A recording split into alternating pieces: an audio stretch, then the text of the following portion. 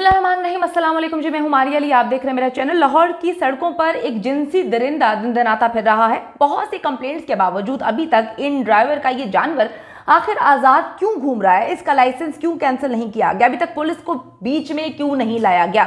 एक लड़की से ज्यादती की शिकायत के बाद बहुत सारी लड़कियां मुख्तलिफ सोशल मीडिया प्लेटफॉर्म्स पर इस दरिंदे के खिलाफ कंप्लेंट्स लेकर सामने आ गई हैं।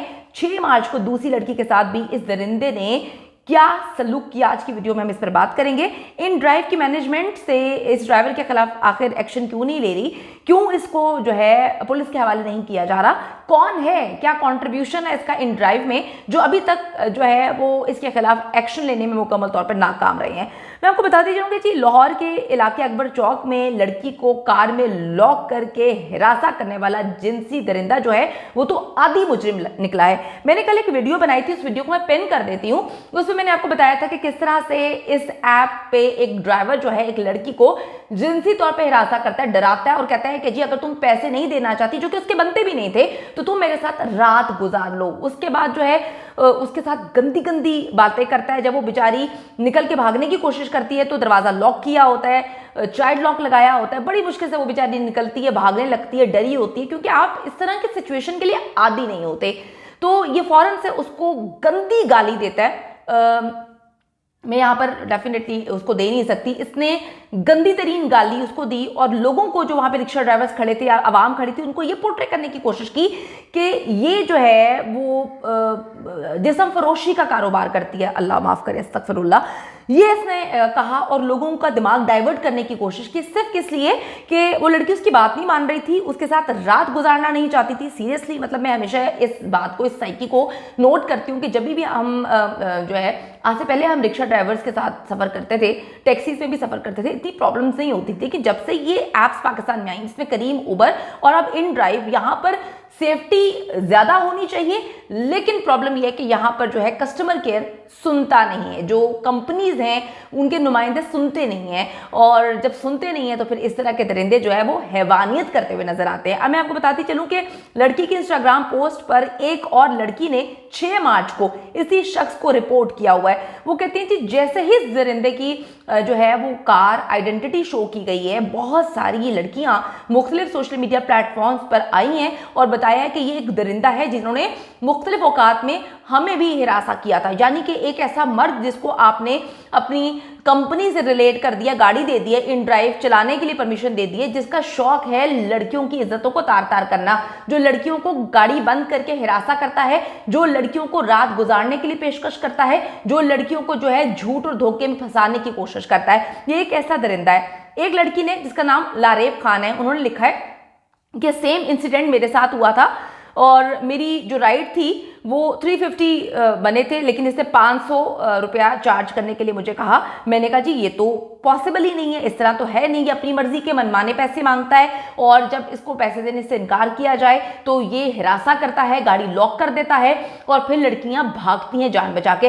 हर बंदा रिपोर्ट नहीं कर सकता, हर बंदा पुलिस स्टेशन नहीं जा सकता, क्योंकि देखिए ना, लड़कियों पर इस सोसाइटी में, इस मुल्क में प्रेशर बहुत ज्यादा है। सबसे पहले तो जी लड़कियां घर से बाहर अकेली क्यों निकल रही हैं, दूसरी बात है कि नहीं इस तरह से सफर नहीं करना चाहिए अकेले, इस तरह से ये नहीं करना चाहिए, वो नहीं करना चाहिए। देखिए अब हम थोड़ा सा आगे आ गए, जरूरी नहीं है कि किसी की माँ या बहन या भाई या अब्बू अवेलेबल हैं। अगर हम इन ऐप्स का इस्तेमाल करें, इसका मतलब ये है ना, आपने राइड बुक की, इट मीन्स कि जी आपके पास सारी की सारी डिटेल्स आ गई, कंपनी के पास आपकी डिटेल चली गई, तो इसमें तो पॉसिबल ही नहीं हो सकता। मैंने पाकिस्तान से बाहर मुख्तलिफ शहरों में, मुख्तलिफ ममालिक में जो है वो इस तरह की ऐप्स जो है वो इस्तेमाल की हैं, लेकिन पाकिस्तान में आके मुझे बेपनाह मसले का सामना करना पड़ा। हर बंदा जी मेरी तरह नहीं होता कि वो जाकर पुलिस को इन्वॉल्व कर ले, और हर टाइम सिनेरियो ऐसा भी नहीं होता कि आप पुलिस को बुला सकें, इन्वॉल्व कर सकें। मैं आपको बताऊं कि इस घटिया नीच बेगैरत दरिंदे के खिलाफ ये एक बंदा है जिसकी मैंने थंबनेल पे जो है इसकी शक्ल जितनी मैं शेयर कर सकती थी और इसकी गाड़ी का नंबर जो है वो मैंने शेयर किया है, आप जाकर देखें। इस वीडियो के बाद जो है और सोशल मीडिया कैंपेन जो चलाई जा रही है, उसके बाद इस दरिंदे के बारे में बहुत सारी कंप्लेंट्स मुझे आई हैं, मुझे ईमेल्स आई हैं कि ये नीच इंसान जो है उनको हिरासा कर चुका है, रात को, दिन को, दोपहर को, और कंप्लेन भी कर चुके हैं वो कंपनी को। लेकिन कंपनी जो है, मुझे लगता है कि इस आदमी का इन ड्राइव में कोई मेरे ख्याल में हिस्सा है जिसकी वजह से ये उसको सपोर्ट कर रहे हैं, उसको निकाल नहीं रहे। इन्होंने बकवास मतलब अभी तक यही सामने आई है कि ये जो आदमी है ये बड़ा खौफनाक है, लड़कियों को हिरासा करता है, जो ड्राइवर है। अब जी इन ड्राइव ने स्टेटमेंट अपना, वो कहते हैं ना कि सरकारी स्टेटमेंट जो है जारी किया है कि हम लोग बहुत ज़्यादा शॉक्ड हैं कि जी हमारी कोई ऐप इस्तेमाल कर रहा है और इस तरह से जो है नुकसान पहुंचाने की कोशिश कर रहा है लोगों को। हमने जो है वो एक इन्वेस्टिगेशन लॉन्च की है, हम कोशिश कर रहे हैं कि जी हम इसको देखें कि मैटर क्या है और हम समझने की कोशिश कर रहे हैं कि ये क्या हुआ, और जो भी हमारे पास सबूत आएंगे हम पुलिस में सबमिट करेंगे। हम स्ट्रांगली फील करते हैं कि जी ये एक क्रिमिनल बिहेवियर है, और उन लोगों को, उन औरतों के लिए बहुत ज़्यादा शुक्रिया जो इस बारे में बात उन्होंने की और इस मामले को उठाया। अब आपको जब पूरी दुनिया बायकॉट इन ड्राइव कर रही है तो आपको एहसास हुआ। आप मुझे सिर्फ एक बात बताएं कि आपने कस्टमर केयर किस लिए रखा हुआ है? आप लोगों ने उनको चाय पिलाने के लिए, या आपकी कंपनी की क्या पॉलिसी है?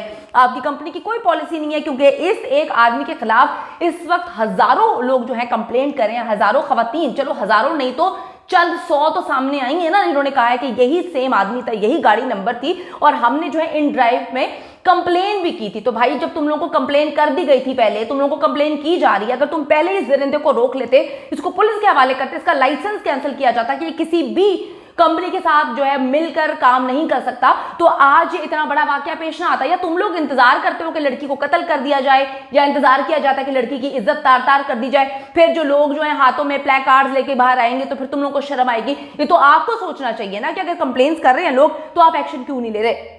इसी तरीके से जी मेरे साथ वाकया हुआ था करीम ने। करीम अब सिर्फ पाकिस्तान में, पूरे पाकिस्तान में ऑपरेशन कर रही थी, ऑपरेट थी, लेकिन उनकी गंदी सर्विस की वजह से वो हर तरफ बंद हो गई। सिर्फ इस वक्त लाहौर में ऑपरेशनल है। इन्होंने क्या किया, मैंने करीम बुक करवाई मॉडल टाउन से।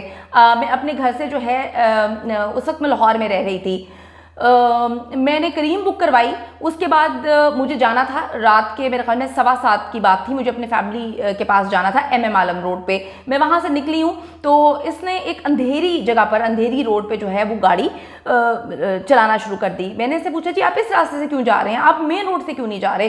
देन ही सेड कि नहीं ये मेन रोड नहीं, ये ज़्यादा अच्छा है। तो मैंने कहा जी आप मुझे ना साइड पे कहीं उतार दें, मुझे वाइब सही नहीं आ रहे थे। मैंने अपनी फैमिली को जो है, मैं कभी भी करीम, उबर या जो भी सर्विसेज है मैं अपने मोबाइल से नहीं करवाती। मैं अपने फैमिली मेंबर को कहती हूँ जाके उनके पास सारी डिटेल हो, उनको पता हो मैं कहाँ से कहाँ किस तरफ मूव कर रही हूँ, क्योंकि मुझे इन लोगों पे यकीन नहीं है। ये लोग घटिया हैं, क्योंकि हैं तो इसी मुल्क में काम करने वाले, सोच तो इनकी वही है ना। इन्होंने थोड़ी अच्छा ऐप चाहे पूरी दुनिया में एक्टिव क्यों ना हो, इस जगह पर वो ऑपरेशनल है, तो डेफिनेटली इन्होंने, सोच तो इनकी यही है ना। उसने जी एक अजीब सी सड़क पे गाड़ी कर दी। मैंने कहा जी रोके, तो उसने अंधेरे में गाड़ी रोक दी, कहता उतर जाए। मैं बहुत ज़्यादा परेशान हुई इस वक्त, क्योंकि वहाँ पर कोई भी नहीं था। मैंने अपने फैमिली मेम्बर्स को मैसेज कर दिया कि भाई हैंकी पैंकी है, देवर इन मीटिंग, बट उन्होंने कहा कि ठीक है तुम इसको लेकर किसी सेफ जगह पे जाओ। मैंने उसको कहा कि जी आपको क्या चाहिए, कहता मेरे साथ चाय पीने चलें, हम रात को कहीं घूमने जाएंगे, हम रात को जो है अच्छी जगह पर रात स्पेंड करेंगे। वो बहुत बदतमीजी कर रहा था। मैंने कहा जी ठीक है, जहां आप कहते हैं हम चलते हैं। मेरी कोशिश थी कि मैं उसको मेन रोड पर लेकर आऊं। मैं उसको मॉडल टाउन लिंक रोड पर लेकर आई, जहां पर पुलिस अक्सर खड़ी रहती है, वहां पर जो है पुलिस मौजूद होती है हमेशा। जैसे ही वहां पर लेकर आया, मैंने गाड़ी का दरवाजा खोला, उसी वक्त मैंने 15 पे कॉल की और 5 मिनट के अंदर पुलिस वहां पर आई। उसको जो है उन्होंने कहा कि जी आपको पुलिस स्टेशन जाना पड़ेगा। मेरी फैमिली आ गई, हम उसको लेकर करीबी पुलिस स्टेशन गए। वहां पर जाकर उसकी टोन चेंज हो गई थी। मुसलसल मैं कॉल कर रही थी करीम हेल्पलाइन पर, उनको बता रही थी कि एक ड्राइवर ने मेरे साथ बदतमीजी की, हिरासा किया है, मुझे डरा रहा है, मुझे जो है वो खौफजदा कर रहा है। मैं थोड़ा सा एक बात आपको बताना भूल गई कि जब वो अंधेरे में जाकर रुका था, उसने किसी बंदे को कॉल की थी और कहा था कि शिकार आज मेरे पास है। तो उस वक्त मैं ज्यादा डर गई थी।